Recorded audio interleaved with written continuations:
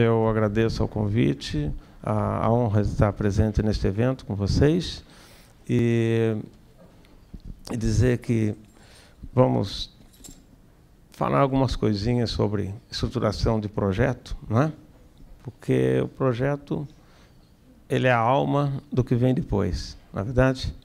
Se você erra no projeto, a chance de dar algo certo posteriormente é muito pequena. Então, é um dos pontos que normalmente não é muito bem visto, não é muito detalhado, né, na pós-graduação. O aluno já tem que chegar com o projeto, uma coisa assim, e acho que é um ponto que merece um foco maior, né? Bom, então quero mostrar para vocês. Eu trouxe 2 livros que vão estar aí disponíveis, se alguém tiver interessado em conhecer ou adquirir, fiquem à vontade. Eu trouxe aqueles 2 ali. O da direita foi o meu último lançamento, em abril agora, que é a 7ª edição do meu primeiro livro, está totalmente reescrito, e no qual eu faço uma proposta de reestruturação da forma como se classifica as grandes áreas da ciência, porque nós somos mestres em carregar equívocos, né, e, por costume, manter as tradições. E a gente percebe que tem alguns probleminhas ali no meio. E, às vezes, precisa alguém falar. Se falar vai ser aceito, eu não sei, mas se for aceito, pelo menos deixei alguma contribuição, ou pelo menos se pensar a respeito já ajuda. Ok? E os outros estão por aí. Ok, vamos então começar a pensar a questão do projeto. Eu queria só ressaltar um ponto que me chama a atenção, que é este aqui, né? Quando se analisa projeto, acho que não só no Brasil, em vários lugares do mundo, né, nós nos deparamos, às vezes, com este tipo de problema. Você pega um projeto nem tão bom, mas proposto por um currículo muito bom. E um projeto excelente, mas por um currículo nem tão, né? Um currículo bem mais fraco. E confesso com vocês que eu passei minha vida dando dinheiro para o perfil A. Eu acho que eu também entrava naquela história do senta no bolo e não questiona, né? Até o momento que você vê pessoas fazendo diferente e começa a pensar sobre isso. Eu não tenho dúvida que hoje a maior probabilidade de ganhar dinheiro do projeto seja do perfil A. Mas isso mostra que nós não estamos julgando o projeto. Nós estamos julgando uma interação. É mais ou menos que nem no banco. Se você chega, você tem um monte de garantia, vai descontar na folha de pagamento, então sua taxa é menor. Você leva um empréstimo, mas, né, tem mais chance de ganhar. E se você é uma pessoa que não tem muitas formas do banco se sentir seguro em receber, você vai pagar uma taxa alta, né? E é mais ou menos isso que acontece aqui. Então, nós temos que perceber que, muitas vezes, projetos fantásticos podem ser perdidos porque nós julgamos projeto e currículo. Se há o pressuposto de que o melhor currículo vai propor os melhores projetos, que sejam os melhores projetos. Só que esse pressuposto nem sempre é verdadeiro. Não é? E a gente acaba, muitas vezes, a gente cria até faixas, né, de dinheiro. Olha, os que têm currículo tal, pega a faixa tal. Os que, né? E esse tipo de proposta mostra que nós estamos um pouco perdidos sobre a questão da ciência, né? Sobre a essência do processo de fazer ciência. É óbvio que fazer ciência é produzir ciência de bom nível, e que começa com um projeto. Às vezes um projeto mais bem estruturado ou menos, mas, enfim, começa com esse pensamento no projeto. Mas não é todo mundo que pensa assim, né? Veja essa fundação aqui, Fundação Bill e Melinda Gates. Eles querem o projeto.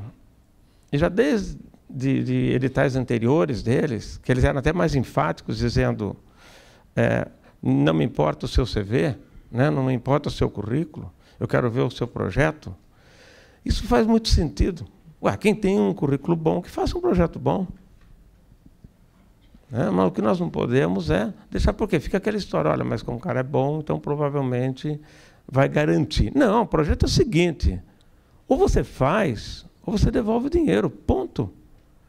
Você assina um contrato, tu não tem que ter medo disso. É que parece, né, que devolver dinheiro nunca devolve, no final das contas acaba em pizza. Então não pode ser assim, né? Isso mostra um pensamento que é muito corrente aqui. Acredito que não seja só aqui, em outros países também. Mas nós temos que pensar sobre isso, né? Porque muitas vezes nós trabalhamos com projetos subótimos quando poderíamos estar trabalhando com os melhores. Ok? Então isso é para a gente refletir. Depois que eu percebi isso, eu mudei meu referencial de análise de projetos. Eu olho o projeto. Se o projeto é bom, ele vai ter que ganhar de alguma forma. Aí a agência coloca pontuação. Falei agora, né? Mas, enfim. Uma outra coisa que a gente tem que ressaltar é a seguinte. Nós fazemos a ciência que nós lemos. Alguns nem leem, né? Mas, enfim. Como que você pode ler uma ciência de baixo nível e construir uma ciência de alto nível? Porque a ciência que você lê é a ciência que você está aprendendo também, né? Que revistas vocês leem? Sei que na área de exatas, vocês estão num patamar, em média, melhor do que outras áreas, né? Vocês leem, provavelmente, revistas de melhor nível, trabalhos de melhor nível, mas mesmo dentro da área de vocês, tem um degradê, né? Tem as melhores, certo? E é isso que nós temos que buscar. Bolar um projeto não é assim, tive uma ideia genial, não sei de onde. Não, não existe isso. Existe uma mente preocupada, né? Tentando descobrir coisas novas, uma mente que está preparada para coisas novas, ela não tem medo de pensar diferente. Não é também porque pensou diferente que está certo. É um pântano na nossa frente, né? Mas é esse o ambiente. Agora, você tem que ler a ciência para fazer projetos que mexam na ciência.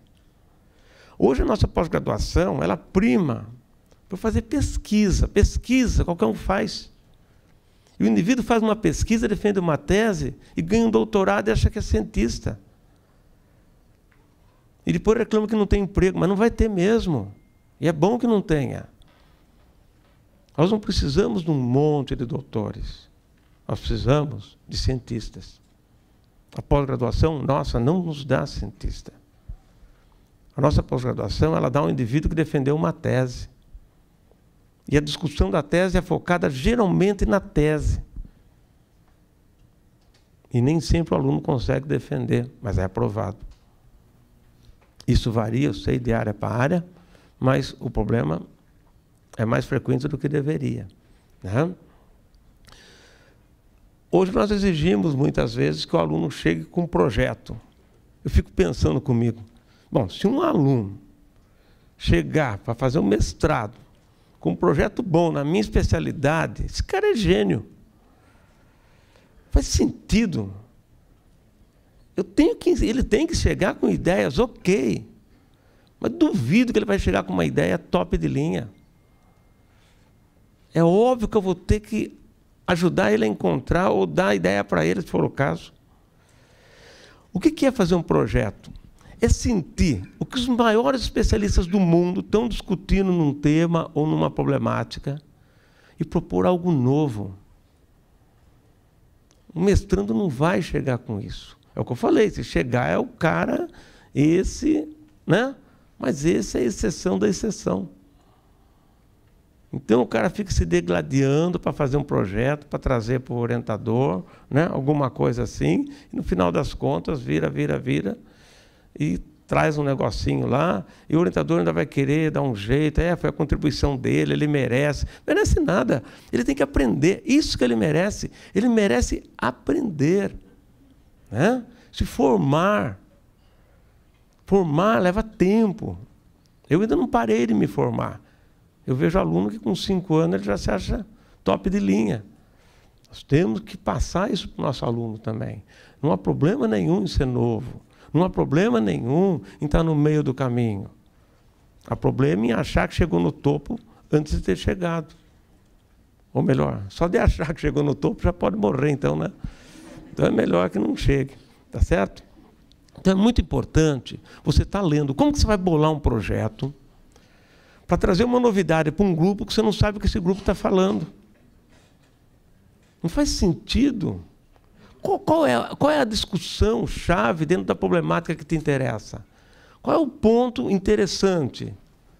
A gente tem que saber esse ponto. Senão, como é que você vai propor algo novo ali? É que hoje, para fazer pesquisa, é fazer qualquer coisinha, né? Aqui na cidade de São Carlos, fazendo não sei o que lá. Não é isso. Fazer ciência. Se você não quer ajudar muita gente, faça pesquisa. Se você quer ajudar mais gente, faça ciência. Tem que você entender isso, você entendeu como a ciência age. Os nossos grandes gestores do Brasil não entenderam isso até hoje. Ainda não sabem isso. Mas eu não vou falar. Para a gente de CNPq, de CAPES, de FAPES, não vou falar.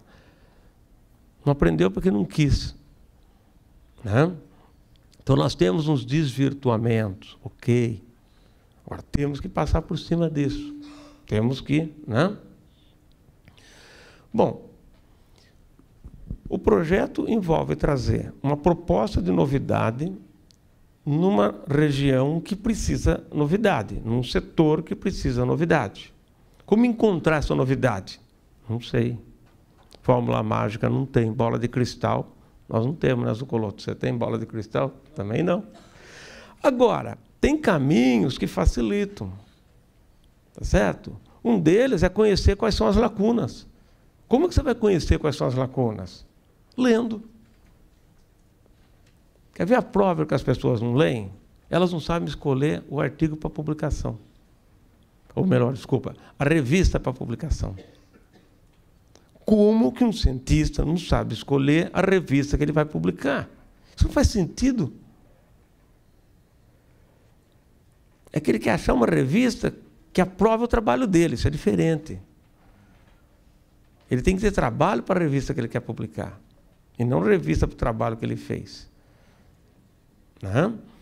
Então, perceba, se você está lendo literatura, está lendo o que está saindo na ciência o tempo inteiro, não é? Você sabe quais são as boas revistas da sua área. Se publicar em revista predatória, é porque pediu. Como você vai pegar uma revista que você nunca leu um trabalho dela e vai submeter um artigo lá, espera um pouquinho, não é assim que você conhece.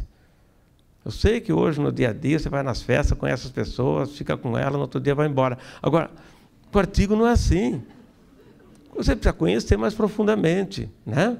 Então, se você não quiser ter erro, você tem que conhecer. E para fazer um projeto também. Então, as questões, as dúvidas, elas surgem disso. Ok? Vamos lá. Vou mostrar uma sequência que a gente pode seguir quando a gente vai produzir um projeto e vou falar de alguns pedaços desses aí para vocês, ok? Uma sequência mais ou menos natural para se construir o projeto seria essa daqui, ó. Você começa buscando perguntas. Perguntas que mereçam ser respondidas. Ah, mas essa é a minha dúvida. Problema seu. Eu quero saber qual a dúvida da ciência. É isso que você tem que entender. Não é a tua dúvida. Eu tenho um monte de dúvida. Se eu for fazer um projeto, eu posso ter um monte de dúvida. Será que ela é a dúvida interessante? Por que eu estou fazendo um projeto? Porque eu vou fazer uma pesquisa. Por que eu estou fazendo a pesquisa? Porque eu quero melhorar a ciência. E o que eu tenho que fazer para melhorar a ciência? Às vezes não é a minha pergunta específica. Tem uma outra pergunta. É um processo em grupo. Ciência é uma atividade em grupo. Não é só no laboratório. Ciência é construída por um grupo invisível de pessoas sem barreiras geopolíticas. Ou seja, não existe ciência nacional. Não existe ciência brasileira. Eu vejo editores brasileiros matando no ninho a nossa ciência por causa de concepções equivocadas. Pega um editor que não é cientista e põe ele para cuidar de uma revista. Coitado dos autores que ficam naquela revista. Morrem juntos. Né? O pior é que não mora, fica agonizando. Pergunta e objetivos. Você tem que estabelecer. Sem ter a pergunta, você não vai ter o objetivo. Não vou nem dizer isso, pode até ser que, de repente, você bola o objetivo e vai ver qual é a pergunta. Não é o processo mais comum, mas pode acontecer. Porque no processo criativo, não dá para colocar regras. Então, se eu falar, olha, isso assim... Não, de repente surgiu. O importante é saber, é bom. Mas para saber se é bom, eu tenho que saber se é o que a ciência precisa. Tá? Que grau de contribuição você prevê que seu projeto vai trazer? É essa a pegada. Óbvio que, às vezes, o revisor não vai entender e vai negar um projeto fantástico e vai aprovar um projeto medíocre. Isso é outra esfera. Aí você vai discutir, vai debater. Aí é a sua luta para fazer aquilo vingar. Mas você tem que buscar aquilo que parece ser o melhor entendimento da ciência hoje, em termos de lacuna, em termos de necessidade. Buscar inovar aí dentro. Tá? Uma vez que você tenha estabelecido o seu objetivo, depois vou falar um pouquinho só sobre construção de objetivos, porque é impressionante o número de erros que as pessoas têm, dele você planeja a pesquisa. Ok, agora que eu tenho meu objetivo, eu planejo a pesquisa. Tá? Que basicamente eu faço um planejamento no nível intelectual de como eu vou abordar aquilo. Depois eu vou resolver os detalhes de como executar a parte mais específica. Tá? No Brasil, não conheço exatamente a área de vocês, mas no Brasil, se pegar de norte a sul, leste a oeste, é muito recorrente, né, que as pessoas pensem na pesquisa pensando já na parte prática. E, às vezes, elas até fazem a pesquisa e defendem o doutorado sem entender qual foi o problema que estava por trás. Chega nesse nível. Né? Mas qual a vantagem de você pensar primeiro no objetivo, na pergunta, no objetivo, e depois ir para a prática? É fundamental esse caminho. Por quê? Porque uma vez que você tem uma pergunta que é interessante, que vale a pena ir atrás, você tem agora uma proposta para fazer aquilo, um delineamento, né, que você bolou para fazer aquilo. A partir do momento que você tem isso, agora você vai tentar executar. E pode ser que você perceba que você não consegue executar, que você não tem o equipamento, que você não tem as condições para fazer. Mas, como você quer fazer aquilo, é agora que você vai atrás de parcerias. Essas são parcerias genuínas, onde eu tenho um problema, eu quero executar, não consigo executar sozinho, vou procurar pessoas que se envolvam pelo mesmo problema, pela mesma questão. Quando encontrar, aí executa. Se você faz o contrário, se você parte da prática, para daí ver as perguntas, você vai deixar de lado propostas interessantes, porque você está limitado à sua limitação metodológica. Então, você acaba não vendo problemas interessantes. Então, isso é uma coisa, né, que essa mudança de rota, ela pode te abrir mais portas do que fechar. Certo? Uma vez que você tenha estabelecido isso daqui, escrito o seu delineamento, que é o ponto central da metodologia, aí você vai, então, detalhar no seu projeto os métodos. Precisa ser ele? Não. Você pode fazer a introdução e depois os métodos. Ou pode fazer os métodos e depois a introdução. O que eu quero mostrar é que, para você começar a estruturar seu projeto, escreva o objetivo. Você sabe de onde veio, qual é a pergunta, tá certo? Tem uma pergunta, tem uma questão, tem uma problemática envolvida. Escreva seu objetivo e depois escreva o seu delineamento. Isso daí é a coluna vertebral, né? A coluna dorsal do seu projeto. Dele feito, o resto é tranquilo.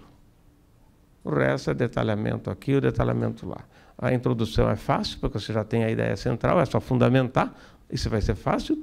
E os métodos, os detalhamentos dos métodos, também é fácil você escrever. Mas esses dois conversam entre si, objetivo e delineamento. Eles não podem ser incoerentes. Achou isso, você achou seu projeto. O resto agora é um pouco mais braçal. Lógico que exige toda uma elaboração, mas você tem que, né, fechar isso daí. Depois, lógico, escrever o projeto todo. Você vai resumi-lo, né, vai posteriormente fazer um título para ele e, finalmente, os apetrechos, o material, aquela coisa toda, que é natural que esteja no projeto, e justificando o que você fez, um cronograma, coisa assim, algumas partes dessas aí. Tá ok. Então, vamos lá. Vamos falar um pouquinho, né, desse ambiente aqui. Um problema, uma pergunta. Eu vejo, às vezes, alunos de mestrado, até de doutorado, né, em algumas áreas, eles ficam perdidos assim. O que é o tema? O que é problema? O que é a pergunta? Meu, você tem dúvida nisso? Pensa, será que você quer mesmo ciência? Porque o que é um problema, você não sabe? O que é uma pergunta, você não sabe? O que é um tema? Não é para ter dúvida nisso. Não é? Eu sei que tem uns cursos de metodologia que faz a gente ficar com esse tipo de problema. Mas, paciência. Pesquisa é uma atividade que você realiza para encontrar substrato que lhe permita responder uma questão. Você pesquisa. Eu posso fazer uma pesquisa para saber onde está meu celular. Perdi o celular. Vou perguntar para um, para outro. O que eu estou fazendo? Eu estou buscando indícios para encontrar a resposta. Isso você faz sob qualquer abordagem. Né? Então, não é uma pesquisa que você está fazendo, uma pesquisa científica. Mas eu posso fazer uma pesquisa científica. Óbvio que aí eu vou ter que seguir alguns pressupostos do método científico. Ok. Né? Tem questões que eu posso abordá-las cientificamente ou não. Veja, pseudociência existe para quê? Para falar essas besteiradas que tem por aí. Né? Agora, a ciência, ela acho que já mostrou sua validade, já faz 300, 400 anos que nós estamos nessa batalha, ou não, né? que a ciência está nessa batalha e que mostrou que o seu método é, no mínimo, bom. Né? Se pedir para a sociedade inteira tirar tudo que vem em volta dela, decorrente, direto ou indiretamente, da ciência, some. Né? Se o Brasil tirar tudo que veio da ciência da nossa vida, não tem microfone, não tem computador, não tem celular, não tem essa cadeira, ou seja, morre, não é verdade? E se nós tirarmos da vida do brasileiro tudo que veio oriundo, direto ou indiretamente, de conhecimento de outro país, o Brasil também morre. E se nós tirarmos esse conhecimento que veio do exterior, dos Estados Unidos, o que acontece com ele? Ele também morre. Demora um pouquinho mais, mas morre. Esse é o lado interessante da ciência. Nenhum país é autossuficiente em ciência. Só tirar a fórmula de Pitágoras já vai dar um trabalhão para a turma aí. Né? Então, perceba que essa construção é uma construção da humanidade. Né? E esse método foi sendo triado. Ah, tem um método ou tem mais de um? Tem um. Quer saber por quê? Lê meu livro lá. Lá eu explico detalhadamente. Não, mas podemos até achar que pode ter isso, pode ter aquilo. Sim, eu estou falando do método que funciona. O resto tem um monte mesmo. Mostra que eles funcionam e depois a gente põe em prática. Uma das coisas fundamentais para o cientista, tá? E eu posso falar da física teórica para não dizer que eu não estou falando besteira. Eu reclassifico ela, eu coloco ela em outro canto agora, né? Ao invés de ciência formal. Mas perceba o seguinte, uma coisa muito importante para o cientista é ter evidências. Evidências para o discurso que ele faz. Tem um trabalho agora nesse mês na Nature, mostrando um trabalho que ele publica, um trabalho com duas conclusões, ou seja, eu posso ler o lado desse lado ou posso ler daquele, a gente sabe disso. Isso acontece, óbvio. Tá? Se não fosse assim, a ciência era fácil, coleta os dados, o resto é consequência. Mas seria chata. Né?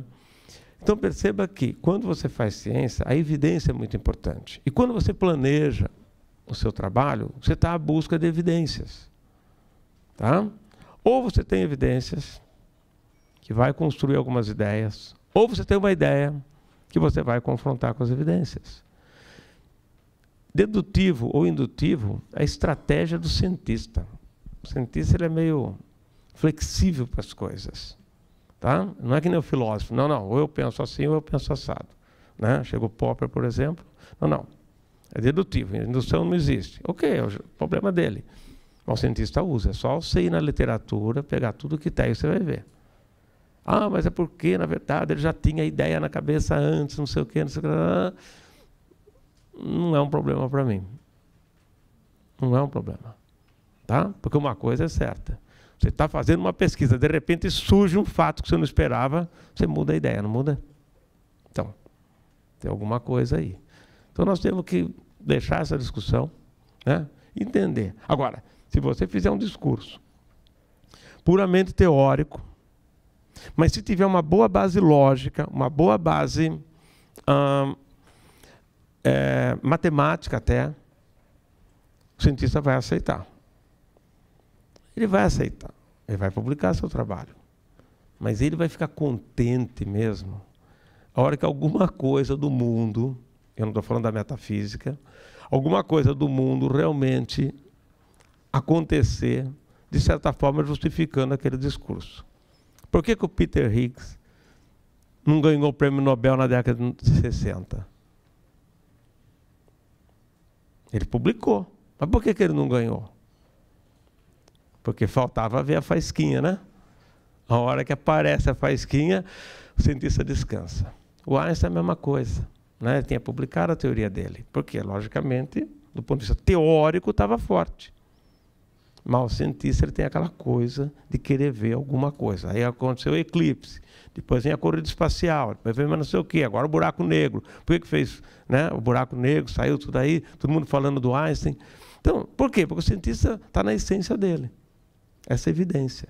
E o seu projeto é exatamente no sentido de fazer o casamento entre a ideia e a evidência. Como? Para lá, primeiro um, primeiro outro, isso não é um problema. Mas trazer isso. Tá?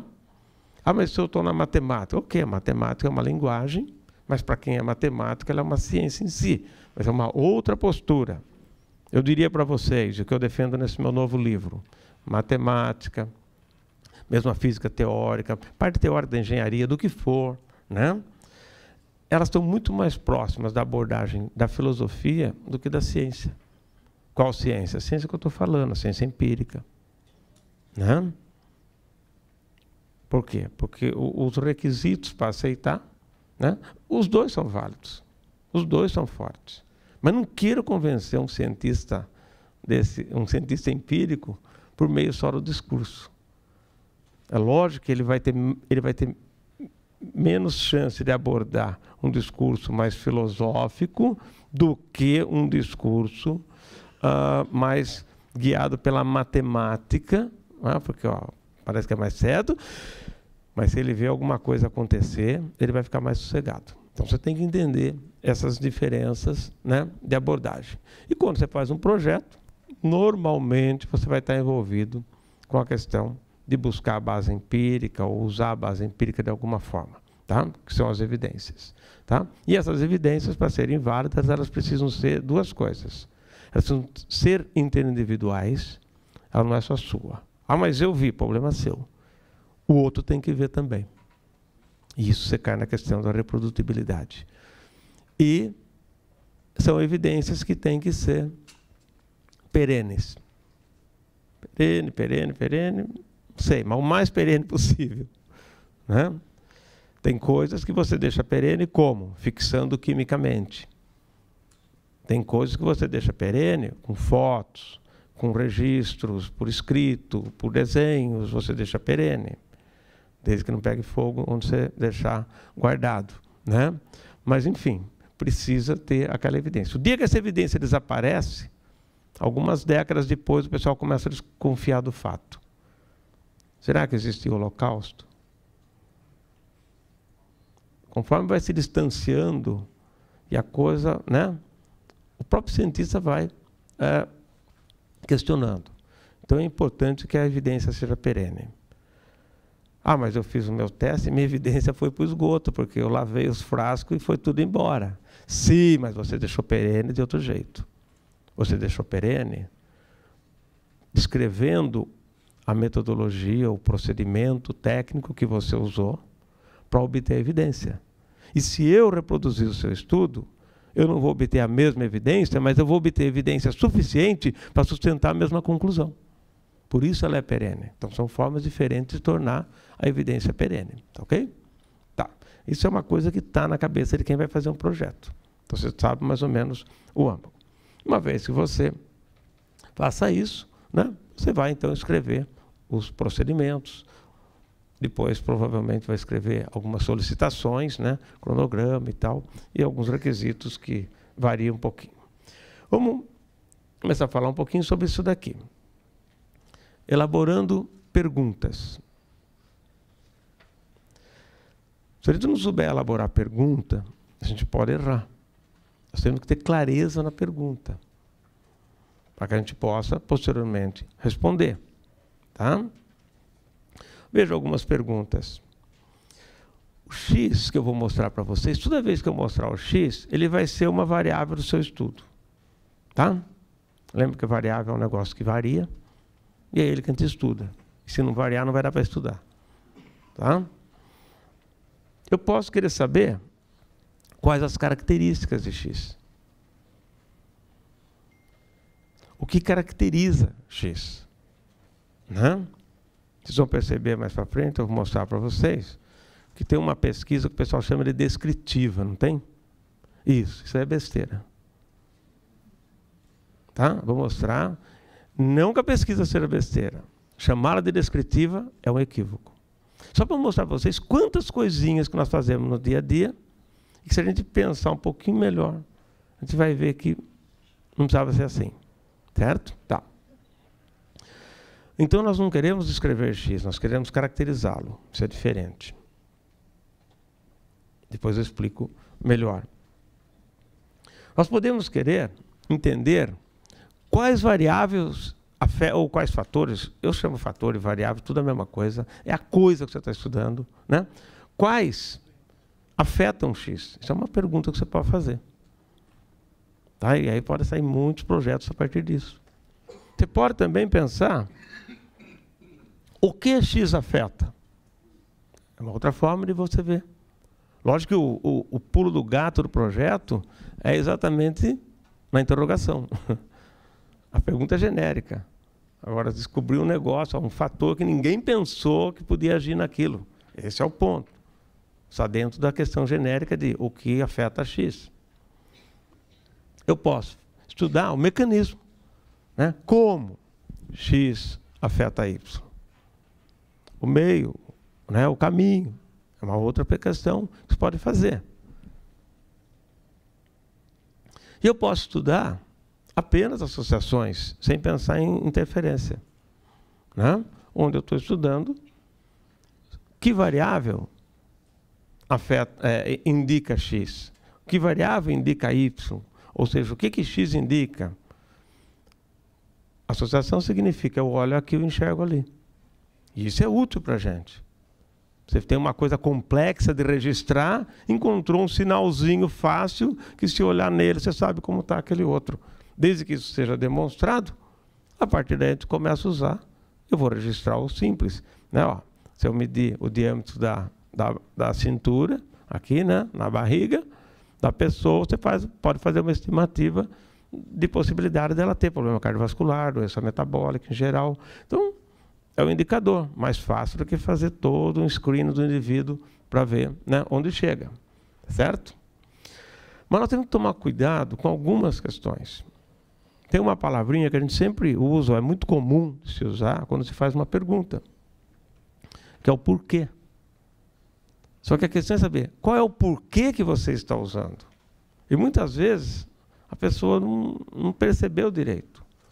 E fica aquela coisa vaga. Não pode ser vago. Né? Na ciência, a gente tem que ser pontual nas coisas. Começou a ficar vago, você não consegue agir. É a mesma coisa que falar assim, nas férias eu vou viajar. Para onde? Não sei. Não posso nem comprar passagem, nem arrumar mala. Eu tenho que definir algumas coisas. Para onde eu vou, o que eu vou fazer lá e quantos dias eu vou ficar. Aí eu compro passagem, arrumo a mala. Do contrário, não. Né? Então, ó, por quê? Ela pode ser uma causa.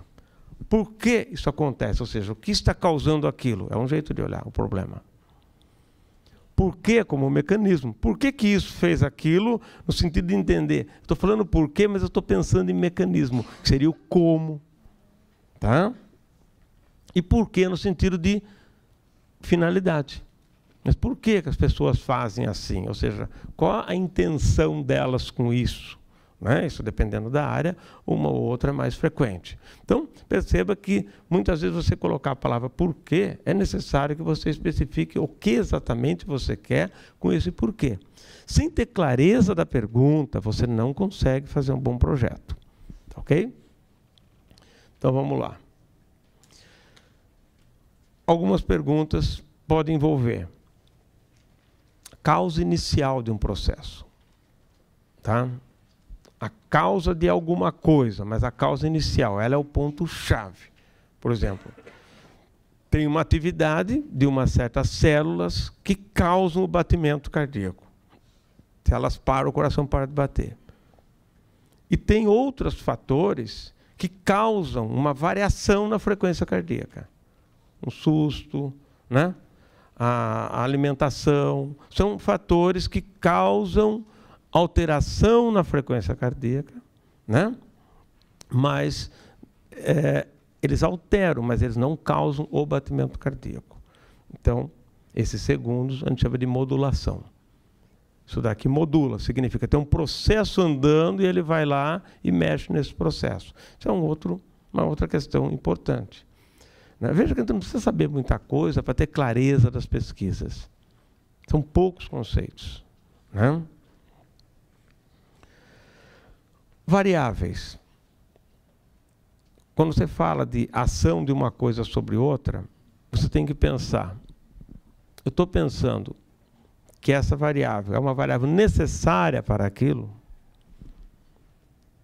Ela é uma variável suficiente para aquilo? Suficiente, ou seja, ela sozinha faz. Necessária, se ela não estiver lá, não acontece. O vírus da gripe. Ele não é suficiente para você ficar com gripe. Você precisa ter uma queda de resistência. Mas ele é necessário. Se não tiver, você pode ter uma queda de resistência que você não vai ter gripe. Precisa do vírus lá. Então, são pequenas coisas que muitas vezes a gente vê nos projetos e as pessoas confundem tudo isso. Né? E confundem, às vezes, não é porque confundiu, porque nem sabia. Né? Então, eu entendo que a percepção que vocês têm dentro da área de exatas é mais adequada do que se eu pego, por exemplo, o pessoal da humanas. Ou se eu pego o meio termo aí, que é o pessoal da biológicas, que é o que fica no meio, né? Nem muito lá, nem muito aqui.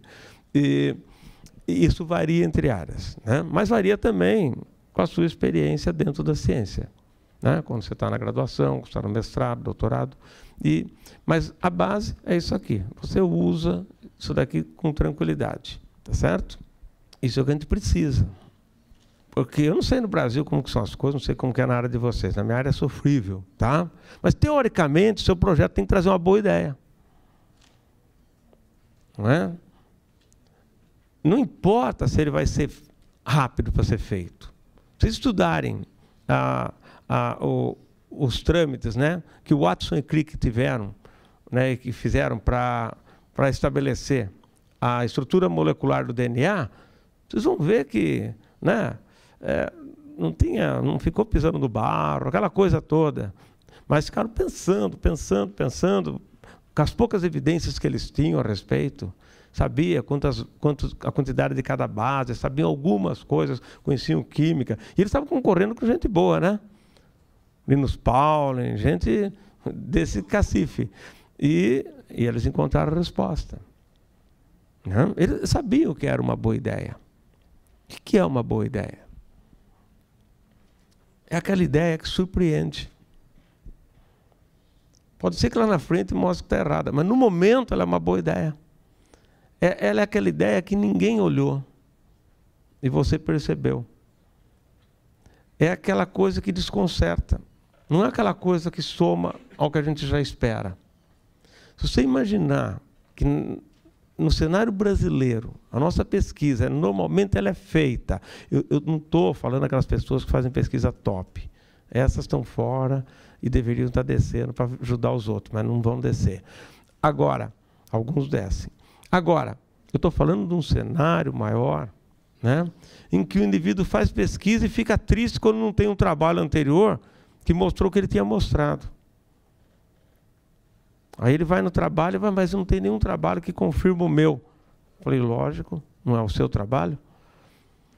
Então, vejam, a boa ideia, ela deve ser desconcertante. Quanto mais desconcertante ela for, mais novidade ela trouxe para a área. Você, quando eu falo em cientista, a gente lembra de alguns nomes. Quais nomes que a gente lembra? São nomes de pessoas que viraram. Você falar em cientista no Brasil, a maioria vai lembrar de Einstein. O Einstein estava ali discutindo com Newton, duas coisas pequenininhas. Então você percebe que há níveis e níveis de novidade. Né? Na tua especialidade, especificamente nela, você tem que encontrar coisas que realmente façam a área alavancar. Não é só pensar diferente. Pensar diferente qualquer idiota pensa. É pensar diferente, coisa que funcione e que traga realmente uma mudança dentro daquela área. Não apenas um acréscimo, né? Aquela história do tijolinho. Ok, tijolinho, tem um monte de gente para fazer tijolinho. Precisa de gente para traçar novas paredes, para depois pôr tijolinho. Você pegar a ideia do Thomas Kuhn, ela funciona em níveis gerais, de certa forma, mas ela também funciona na sua especialidade. Substitui paradigma pelos seus preconceitos ou pelas suas certezas. Substitui por isso. E joga isso na tua especialidade. Porque não adianta ficar discutindo grandes teorias, e depois a gente vai para casa e vamos fazer o quê? Aquela pesquisinha de pós-graduação que a gente faz mesmo, né? Então é importante perceber que dessas experiências de grande magnitude, a gente traz experiências para o nosso cotidiano. Senão não adianta. Senão vira fosforilação para nada, né? Então, a sua área, ela tem verdades ali dentro. Questiona essas verdades. Tente questioná-las. Muitas vezes, as verdades que nós estamos assumindo que podem gerar boas ideias. Agora, uma boa ideia, você só vai saber depois. E o projeto você tem que apostar antes. E aí? Como é que a gente sabe que vai dar certo? Será que não é uma grande besteira que eu estou investindo? Que grau de segurança eu tenho? Você não tem. O que faz um empresário investir num certo produto, numa certa empresa? O que faz ele fazer isso? Que certeza ele tem? É algo misterioso? Então, não é nada de misterioso. Não sou esotérico. Tá? Mas por que alguns acertam e outros não? É a capacidade de, com poucas coisas, conseguir montar um cenário maior. Com meia dúzia de pontos, fazer uma equação linear que resolva aquilo. Tá? Quando você precisa de muitas informações para saber o caminho a seguir, porque você não tem essa visão. E o que leva o indivíduo a ter essa visão? É complicado. Ninguém tem a fórmula mágica, eu também não. Estou falando em termos gerais apenas. Veja, o que leva a ter essa visão? O que facilita essa visão? É ter informação ampla. Muitas coisas você pode usar como analogia. A analogia, ela só entra na ciência na criação de ideias. Ela não entra na ciência para fundamentar a conclusão. Na filosofia entra. O filósofo faz analogia. Estava lendo um texto uma vez, fazendo a comparação da argumentação do cientista e do filósofo, e ele estava falando alguma coisa sobre o tempo. Então ele imagina que você voltou no tempo. Uma máquina fez você voltar. Agora você vai mexer lá atrás. Então você mexeu lá atrás, você vai mexer aqui na frente. Então ele faz esse exercício, até de imaginação, e usa isso na sua argumentação para defender suas propostas. O cientista não aceita isso. Tá? Mas a analogia é boa. Às vezes você vê uma coisa funcionando dentro de um organismo, você imagina aquilo dentro de uma empresa. Eles não têm relação de origem, eles são análogos, né? Mas isso pode trazer insights para você. O que mais falta hoje no Brasil não é pesquisa, é boa ideia. Pesquisa tem um monte. Se você pegar todas as nossas teses feitas, juntar tudo, não dá o que deu o trabalho do Watson Crick de uma página. E tem setores da CAPES que não aceita artigo de uma página, porque não sabe o que está fazendo. Então, veja, a ideia é importante, né? E essa ideia, para ter ideia nova, você tem que ter referenciais. Quando você lê um pouco de tudo, isso é muito importante. Tá? Hoje o indivíduo entra na pós-graduação, já não lê o que tem que ler, mas mesmo o que vai ler, ou é Facebook ou é coisa da área. Ele vai pensar diferente da área, que jeito? Tem que ler outras coisas, que nem quando se fala de redação científica. Muita gente pega a redação científica, pega a área dele e fala, tem que ser assim. Não é? E redação científica não é. Redação científica é primeiro que é uma disciplina, né? O Juculoto estuda isso daí a fundo, eu estudo isso daí a fundo. Não é porque eu publiquei meia dúzia de trabalho que eu... Né? Não é isso. E redação científica é uma coisa que você tem que olhar, fazer um olhar transversal. Tem coisas que, por exemplo, na história, você tem que... Como é que funciona na história? Quando você fala coisas gerais na redação, tem que ter esse panorama geral. O que é geral para todas elas? O que é coisa de área?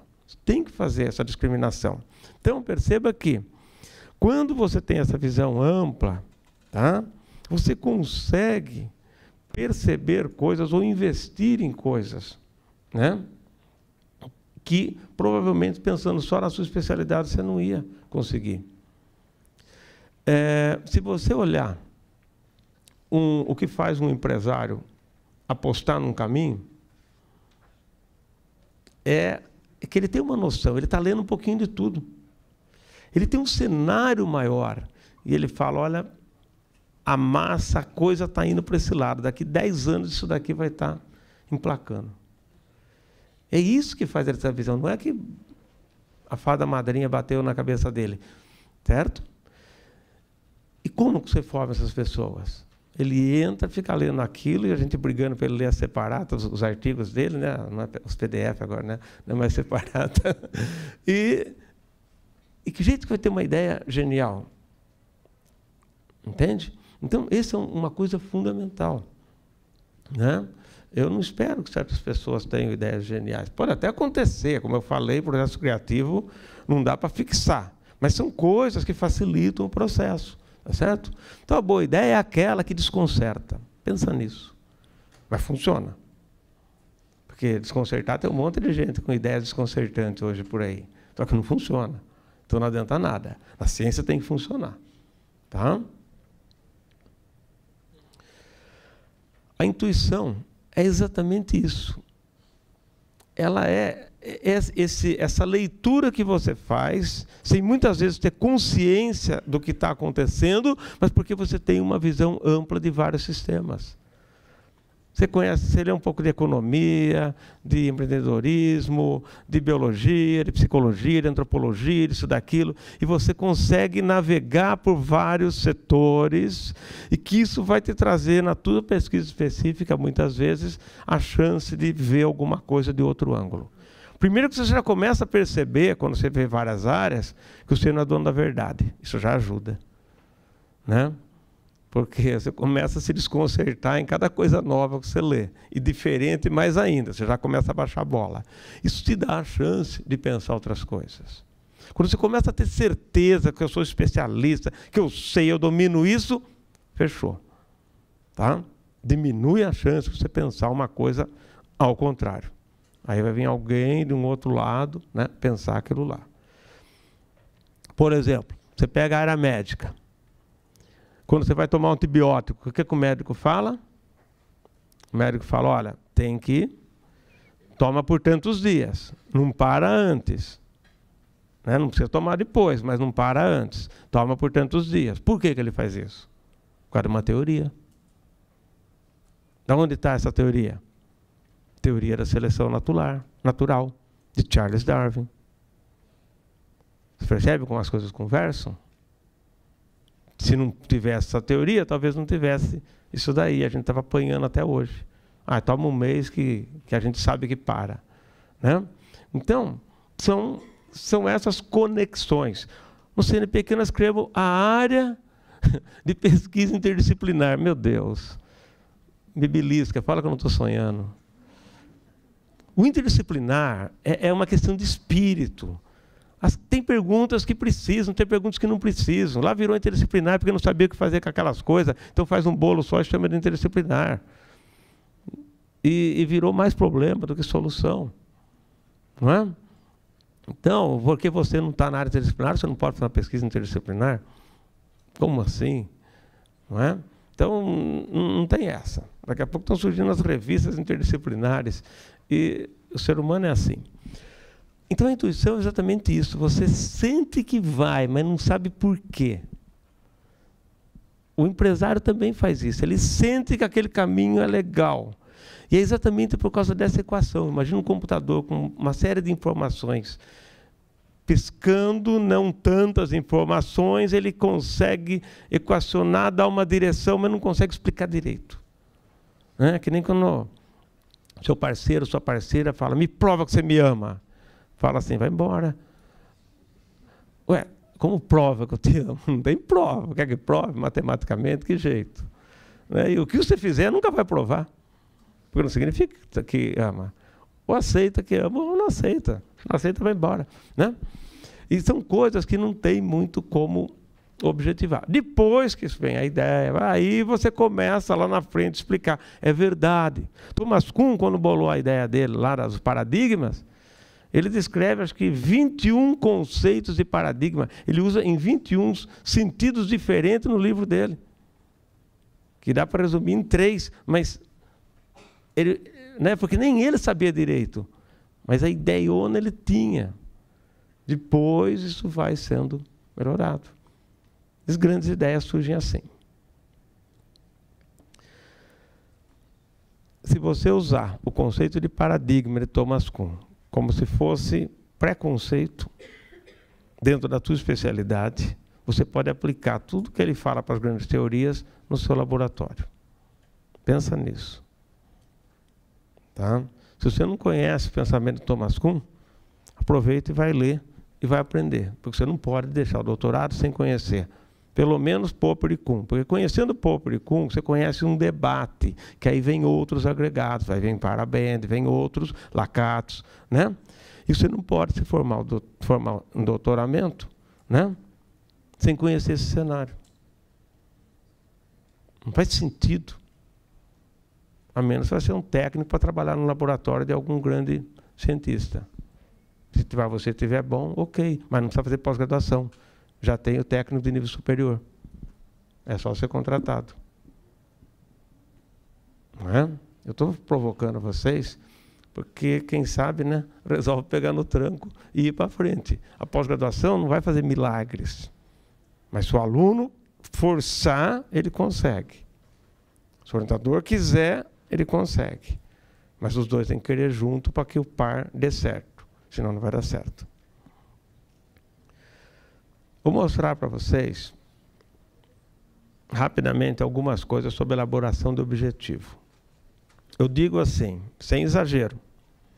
Se você olhar, entrar na internet, começar a ver um monte de artigo científico, um monte de coisa, né, principalmente tese, projeto, e começar a ler os objetivos, você vai ver que acho que 90%, 95% tem algum tipo de erro. Bom, e se erra no objetivo, tem consequências depois.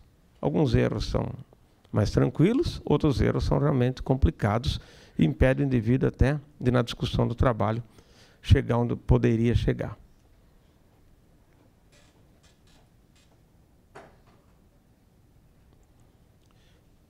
Vejam aqui. O objetivo, ele vai guiar seu procedimento. E isso vai, de certa forma, condicionar uma parte dos resultados e vai te levar a, no mínimo, responder a pergunta. No mínimo, atingir o objetivo. Porque, no máximo, você pode expandir. Então, quando você faz um projeto, você propõe um objetivo que, no mínimo, tem que ser cumprido. Não existe essa história do meu projeto dar errado. Deixa claro isso. Você acha que se o projeto tivesse dar errado, alguém ia dar 100 mil na sua mão, 200 mil, 500 mil, 2 milhões? Você acha que é assim? Ah, deu errado. Não, não dá errado. O projeto não dá errado. Tem que dar certo. Eu vou provar para vocês por quê. Desde que você saiba o que você está fazendo lá dentro. Tem que saber o que está fazendo lá dentro. O que o cientista faz? Estuda as variáveis que estão no mundo. E variáveis podem ser operacionais, factuais ou teóricas. Por exemplo, a posição política de um país pode ser uma variável. Se eu estiver trabalhando, por exemplo, nas relações internacionais, eu posso considerar isso como uma variável no meu estudo, né? Que pode estar afetando o bem-estar da população. Então, variáveis é no sentido genérico do termo. É a coisa que o cientista trabalha. E o que ele faz com essas variáveis? 3 coisas. Ainda bem, né? Como se fosse 10 coisas. Não, 3 coisas apenas. Então, é tudo muito simples, tudo muito fácil. Que eu resumo aqui, ó. O que ele pode fazer? Ele pode caracterizar as variáveis. Watson e Crick caracterizou a molécula do DNA. É uma pesquisa simples? Não. Foi uma briga na época. É uma pesquisa difícil também. Tá? Às vezes é mais simples, mas difícil como qualquer outra pesquisa. Né? O que mais que ele pode fazer com as variáveis? Além de caracterizá-las, estudar como elas se relacionam. E quando elas se relacionam, ele pode ver 2 coisas principalmente. Se elas estão associadas, sem que uma interfira com a outra, ou se elas estão associadas porque uma interfere com a outra. Ou as duas se interferem, tanto faz. Mas há interferência entre elas. É isso. Qualquer pesquisa que você pegar publicada na área empírica, né, que tem resultados lá dentro, eles vão estar discutindo essas coisas. Pode estar discutindo as 3 coisas no artigo, pode estar discutindo 2, pode estar discutindo uma só. É isso que você faz. Você pegar seus projetos, vai dar para decompor isso daqui. Essa é a base. Depois disso, você pode complexar isso daí, mas essa é a base lá do início. Isso daqui não só te orienta para escrever um artigo científico, como te orienta para fazer um projeto, como te orienta para pensar a pesquisa. Né? Ficou claro isso? Associação. Ela existe porque, obviamente, existe algo controlando as duas, senão seria mágica. Tá? Você não está preocupado com isto. Você está preocupado com isso porque, olhando este, eu enxergo este. A outra não. Além dela poder ser o indicador, aqui em cima, ela ainda é um controlador. Se eu mexer aqui, eu mexo lá. Estou fazendo com uma, mas pode ser uma coisa multivariada e toda essa complexidade que vem por aí. Ok? Bom, é isso que o cientista faz, é isso que vai ter que estar no objetivo do seu projeto. E você vai colocar isso daí lá. Como é que você escreve? Quando você faz uma pesquisa de caracterização de algo, você não precisa de hipótese. Pode ter, mas não resolve. Tá? Normalmente você não precisa. Olha, eu quero saber, por exemplo, qual a opinião do brasileiro sobre a globalização. O que ele pensa disso? Não adianta eu levantar hipótese. É mais fácil eu ir a campo e ver. Seja qual for a hipótese que eu pensei, a hora que eu analisar os resultados, eu tenho a resposta. Portanto, a hipótese aí você vai na plataforma Brasil, vai em algumas agências de fomento aqui, ele te exige colocar uma hipótese. Eu falo, lógico que eu não coloco. Eu explico por que não. Quando você explica direitinho, há bons entendedores, aí eles permitem. Plataforma Brasil punha lá, tem que pôr a hipótese. Escrevi, não tem hipótese no meu trabalho, é de caracterização. Aceitaram. Mas o que a maioria faz? Vamos achar uma hipótese para isso aqui, né? E aí, começa a entortar o ensino aí. Tá certo? Então, vamos pensar como escrever. A pesquisa de caracterização, você não precisa de hipótese. Como é uma pergunta, você poderia ter hipótese, mas é besteira. Tá? Se eu quiser saber, por exemplo, o perfil de poluição de um lago tal, né? da Lagoa do Broa, sei lá o quê. Perfil de poluição. Lógico que cada coisa que eu testar, cada item que eu medir, está sendo, de certa forma, uma hipótese. Mas eu não usei essa hipótese como um elemento para o meu planejamento de estudo. Eu não usei ela como essa ferramenta, que é o principal motivo dela. Eu tinha condição de analisar 50 itens, eu analisei 50 itens. Se o meu equipamento analisasse 60, eu ia analisar 60. Então, né, foi uma coisa casual. Como é que você escreve? Vamos pensar assim. O erro comum é as pessoas acharem que o que elas fazem é o objetivo. Não, o objetivo está na cabeça. O que você faz é outra coisa. Mas é objetivo específico? Não. Específico, porém, ainda objetivo. Portanto, está na cabeça. Você já começa aí um grande erro. O objetivo é que guia a ação. O que você vai fazer, tá? O que você vai fazer, você faz porque tem um objetivo. Então, você nunca vai colocar no seu objetivo como comparar tal coisa, porque isso não faz sentido. Você compara porque você tem um objetivo. E não que o seu objetivo é comparar. E quando você tem noção do seu objetivo teórico, você faz uma introdução guiada por esse objetivo teórico. Isso é importante. E mais ainda, é esse objetivo teórico que guia a ação que vai na metodologia, no procedimento, chame como quiser. Olha, quando você descreve algo, o descrever é ação. E é um termo infeliz. Por que escrever é um termo infeliz? Porque ele significa duas coisas.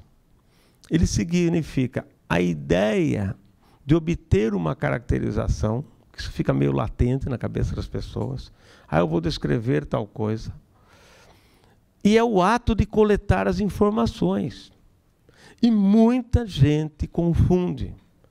Quantas e quantas vezes o indivíduo chega com uma pesquisa para mim? Ele mostra, ele tem uma hipótese, mas ele fala que a pesquisa dele é descritiva.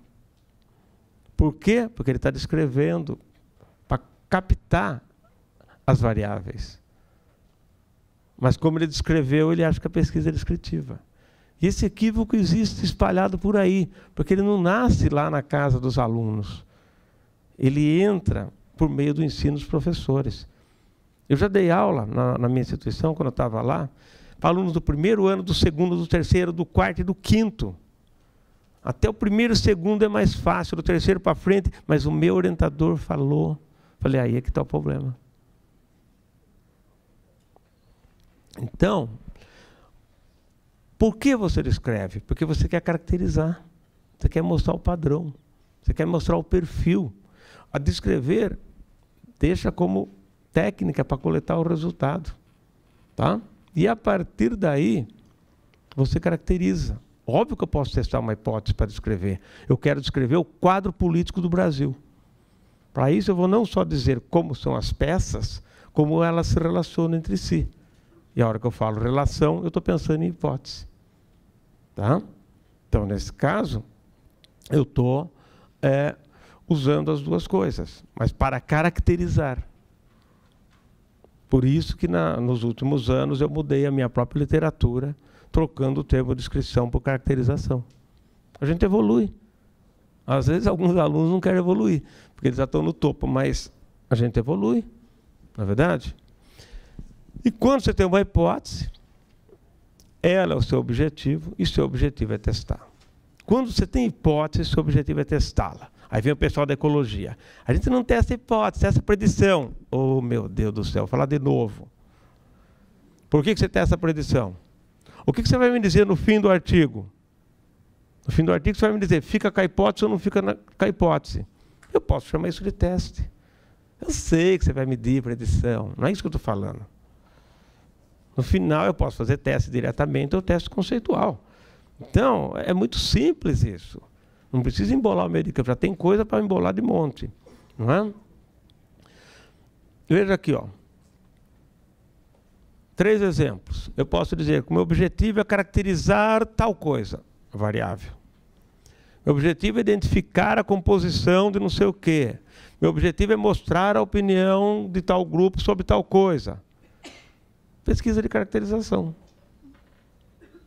Está na cara que é pesquisa de caracterização. Eu vou caracterizar uma variável. Se eu caracterizar 2, eu vou caracterizar a A e a B, mas elas não conversam entre si. Se eu quiser caracterizar 5, a mesma coisa. Elas não conversam entre si. Se conversar, mudou a lógica do seu pensamento. Se conversar, você tem uma hipótese. A hipótese é o quê? Ela é uma resposta provisória a uma pergunta. Das hipóteses, qual hipótese tem utilidade para o cientista? Aquela que estabelece relações entre variáveis. Porque aquela que presume uma caracterização, eu não preciso dela.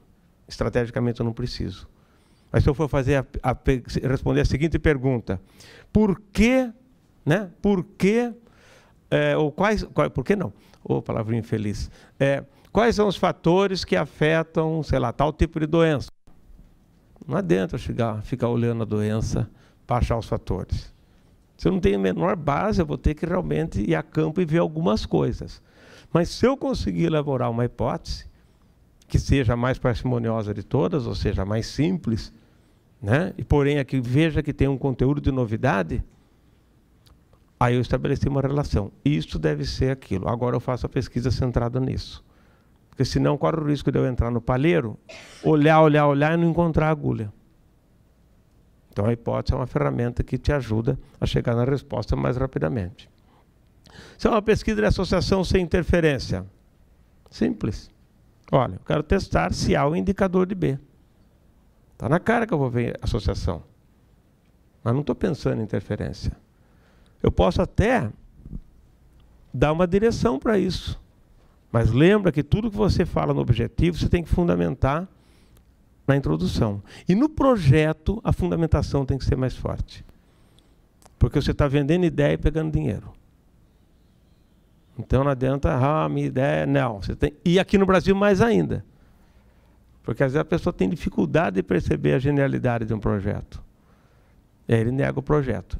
E tem setores aqui no Brasil que ele nega, aí você recorre e ele dá a mesma resposta. Então você vai fazer o quê? Né? Para quem trabalha em outro nível, internacional, sabe que a pegada é outra. Tem também seus problemas, mas a pegada é outra. Onde estão as hipóteses aqui? Estão aqui, ó. Então, se um programa de pós-graduação ou uma instituição de fomento pede para você escrever as hipóteses e depois escrever o objetivo, não faz sentido. Não tem nexo. Essa é repetição do mesmo. As minhas hipóteses são essas, eu tenho que testá-la. Como? Eu posso usar outras palavras, mas o sentido tem que ser esse. E se for com interferência, o que muda? O teor do verbo. Afeta, aumenta, reduz, depende de. São palavras que estão dizendo que é uma associação com interferência. E é isso que tem que ser fundamentado na introdução também. Tá? Por que você espera isso? As hipóteses estão aqui. Então, veja, eu posso trabalhar com esses conceitos na pesquisa quantitativa e na pesquisa qualitativa. O problema da qualitativa são as travas, que vêm de berço. E a qualitativa no Brasil, muitas vezes, não é nem para fazer ciência. É para ganhar atestado. Mas a qualitativa faz ciência. A quantitativa estabelece padrões de generalidade. Porque se não fizer isso, não faz ciência. Né? Só que tem um meio que fica falando que a qualitativa não pode generalizar. Isso, tá bom, você estudou 3 pessoas, elas morreram no acidente. Eles publicam o trabalho. Tem sentido. né? A gente faz ciência. Cuidado com essas palavras. Vocês já usaram essas palavras provavelmente em algum objetivo. Cuidado com elas. Você pode ter que usar do jeito certo. Tá? Se você fizer assim, está errado. O que eu estou fazendo aqui? Eu estou colocando aquelas palavras, estou colocando a variável na frente, coloquei uma, podia colocar 2, 3, tá? Só coloquei elas lá. E estou colocando onde foi feito isso, que é o objeto do estudo ou o sujeito do estudo. Por exemplo, analisar a taxa de nascimentos prematuros. Pare e pensa. Quantas pesquisas você pode fazer analisando a taxa de crescimento de prematuros? Um monte. Então, isso não dá o objetivo do seu trabalho. Isso não mostra. Mostra o que você vai fazer, mas não mostra o seu objetivo.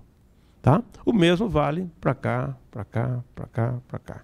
Você encontra pilhas. Ah, mas eu ganhei da FAPESP. Ganha mesmo. Lógico que ganha. Quem analisa os projetos da FAPESP? Nós. Pronto. Aí está o problema. Se a pesquisa brasileira está fraca, muito fraca, só falta as pessoas reconhecerem. Em termos de eficiência, nós não existimos. Tá? Nós saímos na classificação que eles põem, porque eles pegam as notas que eles querem que apareça bem. Mas se você calcular a eficiência, o Brasil vai lá para trás. Em 2016, nós éramos 14º em número de projetos, em número de artigos. Nós éramos 16º pelo CIMAGO, 16º em citações recebidas. E nós somos, e nós éramos o 163º, se eu não me engano, em termos de eficiência, citação dividido por artigo. Tem um pesquisador brasileiro que ganhou um prêmio aí, tem 400 artigos publicados, 7.000 citações. Ah, tá bom, eu conheço um canadense que tem 160 artigos publicados, tem 16.000 citações, e apenas de 2 a 3% é autocitação. Eu que não sou nada, eu tenho 55 publicações no Web of Science, tenho mais de 1.000 citações. Quando a gente analisa eficiência, muda a relação de poder. Por isso que as pessoas não mexem nisso. Ou um A do CNPq vai cair para baixo, o outro pode subir. Alguns um A vão ficar, alguns um B vão descer. Muda a relação. Então o Brasil tem que entender isso. Então vamos lá. E por isso que aprovam certos projetos que não deveriam ser aprovados. Não que é só um erro formal, não, é um erro de pensamento. A pessoa não sabe o que ela está fazendo, esse é o problema. Tá? Então, tem o sujeito da pesquisa lá. Como é que a gente corrige isso? Simples. Se você tem hipótese, não tem saída. Se você colocar a palavra C na frente, automaticamente, todas essas palavras, elas significam uma possibilidade. Possibilidade é ou não é. Ou seja, é um teste. Tá? Isso significa testar. Se vou testar, o que eu tenho na frente? Hipótese. O que é hipótese? Relação entre duas ou mais variáveis. Acabou. Mais quadradinho do que isso, impossível. Impossível eu não digo, mas foi onde eu consegui chegar. Né? Fácil, fácil. Agora, isso aqui não tem sentido. É complicadíssimo, não tem sentido. Ok? Então perceba que de onde eu tirei todas essas palavras? De livros de metodologia científica e de cursos de metodologia científica da internet, onde elas são recomendadas, são até classificadas. Falo, meu Deus do céu, por isso que nós temos dificuldade. Resumindo a ópera, está aqui, ó. Esse quadro resume tudo. Aproveitem. Eu coloquei no Face, isso já faz um tempão. Faz uns 2, 3 anos. Quando eu tinha Face ainda. Agora deletei meu Face, deletei meu Twitter. Fiquei só com o LinkedIn. E estou feliz lá. As pessoas são mais contidas. Tem alguém olhando elas. Então elas falam menos besteira. É verdade. Ou o cara quer vender alguma coisa ou ele quer um emprego. Então eles fazem as besteiras, mas não muitas. Tá ok? Beleza. Deu para ter uma ideia, pelo menos? Agora é fácil, gente. Quando você escreve metodologia, essa é uma estruturação lógica interessante. Você pode mudar de ordem alguns desses itens, mas são coisas naturalmente esperadas no projeto. Sujeito da pesquisa. Se o cientista não souber o que ele tem que caracterizar no sujeito da pesquisa, ou no objeto da pesquisa, no caso das exatas, muitas vezes tem isso, se ele não souber isso, ele não sabe o que está fazendo. Você tem que caracterizar com itens que são de utilidade em função do seu objetivo. Não é? Ó, estou estudando pessoas, eu vou pôr a cor do cabelo? Não sei, depende do seu objetivo. Se eu estiver estudando interação entre pessoas, a cor do cabelo é importante. Se eu estiver estudando outras coisas, a cor do cabelo não faz sentido. Então, é que na metodologia da nossa sociedade, ela é ensinada como um conjunto de regrinhas. A área de saúde, por exemplo, ela quer protocolar o pensamento científico, mas dá errado com certeza. Ela estabelece até níveis de verdade. Meta-análise, ensaio clínico. Isso não existe na ciência. Não existe na ciência. Né? E isso é internacional, não é só no Brasil, não. O delineamento, que é o seu pensamento, é que o pessoal tem mais dificuldade de escrever, é o delineamento. Né? E, de preferência, fazer um esquema. Se o seu leitor não entender isso aqui, ele não vai entender o seu projeto. O examinador não entendeu o meu projeto. Isso, você não o fez entender. Pensa assim. Você tem que corrigir seu projeto. Às vezes o cara é durão mesmo, mas tem que tentar. Tá ok? A introdução, o mais importante de você perceber, é que ela tem que seguir essa lógica. Eu tenho essa lógica aqui. Com isso, você tem condições de saber o que você deve incluir e o que você não deve incluir dentro da introdução. Não tem como. Se nós forçássemos nossos alunos a entender a montagem das coisas assim, ao invés de ficar copiando de um e de outro, e de outro, e de outro, né, já haveria uma seleção natural interessante para a ciência. Hoje eu coloquei no LinkedIn logo cedo que o nosso ensino de metodologia está afastando gente interessante da ciência, porque é lógico que o interessante ele vai embora. Não tenha dúvida do jeito que é o ensino. Né? E estamos ficando com o que não presta, né? Muitas vezes. Ok? Pensa nisso. A sua argumentação depende desses 3 tipos lógicos. Fundamentar uma caracterização é uma coisa, fundamentar uma hipótese de associação é outra, e fundamentar uma hipótese de interferência é outra. 3 minutos ainda. Você falou 5, está aqui, ó, eu marquei zerinho aqui. E eu comecei atrasado, hein? Eu comecei 10 minutos atrasado. Estou sendo bonzinho. Ué, eu falei, eu tenho 1h30. Não, mas daqui 4 minutos eu termino. E o título? Fala assim porque são amigos, tá? Se não fosse amigo, ficava quietinho. O título, gente, o título é o seguinte. Foca nisso aqui, ó. A novidade, a generalidade do seu projeto. Não foque na cidade, não foque para fazer ciência. Se você quiser resolver problema da prefeitura, você pode trabalhar lá e resolver vários problemas da prefeitura. Curto, fiel ao conteúdo. Eu sempre falo assim, você quer um título bombástico? Faça um projeto bombástico. Você quer um título bombástico no artigo? Faça um artigo bombástico. O que não dá é inverter isso daí. Tá ok? E que as pessoas entendam. Nem sempre o revisor do seu projeto é da sua especialidade. Então faça com palavra de gente. Evite a especialidade. Cronograma, não vou ensinar vocês a fazer, mas vou dar uma dica para vocês. Cronograma é relógio. Não adianta ter e não olhar. Cronograma você pega no pé da cama. Faça detalhado o suficiente para você perceber o atraso em tempo de corrigir. Senão não tem por que fazer cronograma. E não faça uma pesquisinha desse tamanhinho querendo colocar num projeto de 2 anos para poder ganhar dinheiro. Faça uma coisa séria, honesta, não adianta xingar o governo e depois ficar aí fazendo as tramóias, certo? Honesto. E, por fim, teoria. Teoria não, autoria. Tá? Pensem nisso. Os autores do projeto devem participar do projeto, os autores do projeto são responsáveis pelas conclusões.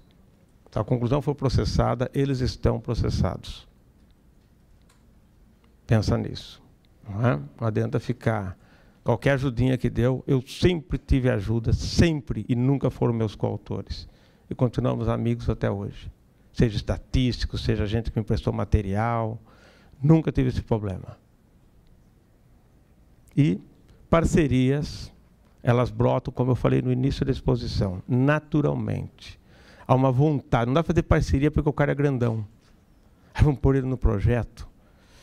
Tudo isso é má conduta dentro da ciência. Má conduta da ciência tem de monte. Nós temos que pensar nisso. Fazer parceria é salutar, é bom, mas ela tem um motivo. Sem ela eu não consigo fazer o projeto. Por isso você faz parceria, não é simplesmente para trabalhar com os amigos. Ela viabiliza o projeto. E ela não é feita em função da demanda do edital. Ela é feita naturalmente em função dos motivos do projeto. Ok? Agora deixa eu parar, que já deu 10 horas, certinho aqui. Para quem estiver interessado em entrar no meu instituto, está aí um cupom de desconto para vocês, válido até amanhã. Bom, entra lá, conhece, se gostar, fica, se não gostar, só não fala mal, tá? O resto pode falar. Obrigado, gente. Muito obrigado, professor Volpato.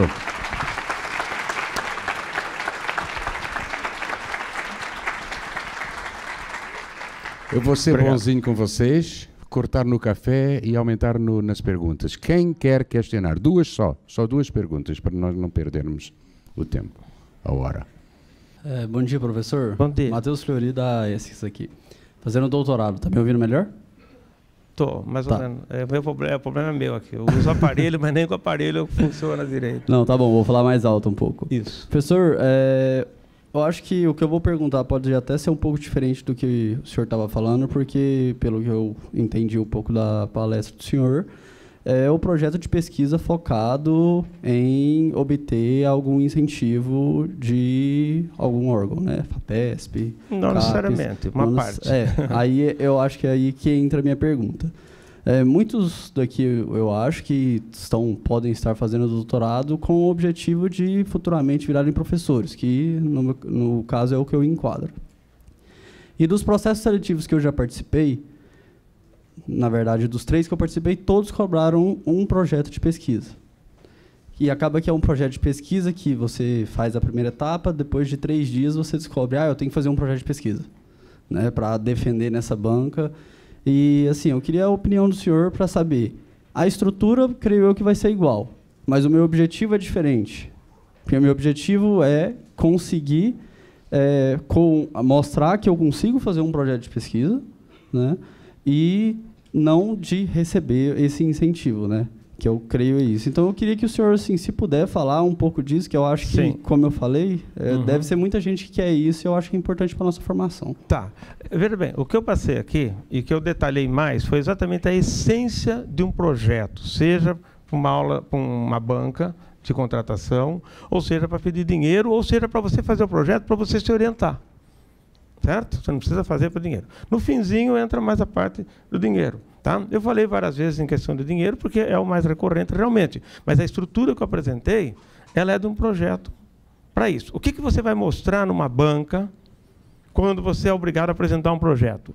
A tua maturidade científica e a tua capacidade de argumentação. É que as bancas também dependem, né? Tem de tudo, tá? Eu não posso falar. Cabeça de banca é que nem cabeça de juiz. Então, você não sabe o que sai dela. Agora, a ideia é essa. Você vai mostrar que você consegue fazer um projeto, estruturar, fundamentar, e a banca tem que entender. Se a banca entender o seu projeto, ela já começa a gostar, porque ela entendeu. Quando ela não entender... Ele precisa ser inovador? Precisa, o mais inovador possível.